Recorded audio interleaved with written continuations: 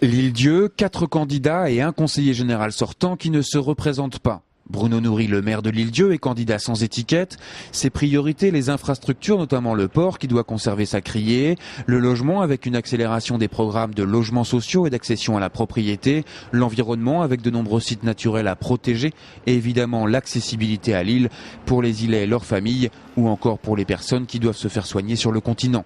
Je militerai pour avoir des tarifs spécifiques, pour avoir une politique tarifaire adaptée aux différentes catégories d'usagers, aussi bien les marchandises que les passagers, et pour permettre que l'île soit accessible, d'une part pour les gens de l'île vers l'extérieur, mais aussi pour le tourisme vers les lieux, le tourisme hors saison, entre autres.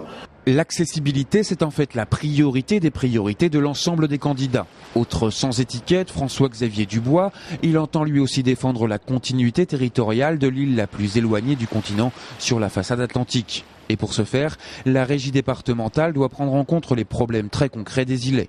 La compagnie Continent doit être gérée comme elle est actuellement par le Conseil général, mais avec une représentation beaucoup plus forte et beaucoup plus active des habitants de l'Île-Dieu et du Conseil général. Elle doit être au service des habitants de l'Île-Dieu, de leurs commerçants et de leurs artisans. Les horaires doivent permettre des allées et venues faciles pour les îlets.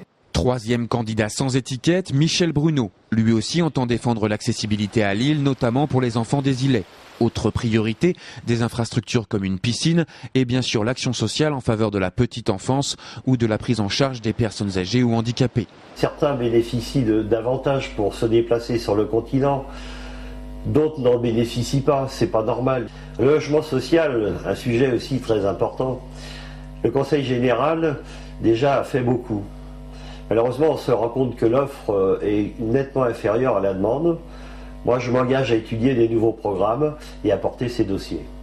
Enfin, dernier candidat, le seul à afficher une étiquette, Jean-Paul Garnier qui porte les couleurs du Front de gauche. Ses priorités, l'emploi notamment via un centre de rééducation ou encore de thalasso et l'éducation pour améliorer la prise en charge des jeunes qui partent faire leurs études sur le continent. La santé, création d'un pôle santé à l'Île-Dieu pour permettre aux gens, aux personnes hospitalisées sur le continent de revenir le plus vite possible sur leur île, avec la nécessité aussi de premiers soins, ce qui éviterait des déplacements sur le continent. 4 candidats donc sur ce canton où l'insularité prime largement l'étiquette politique supposée des candidats. Quant à l'issue du scrutin, le jeu semble très ouvert.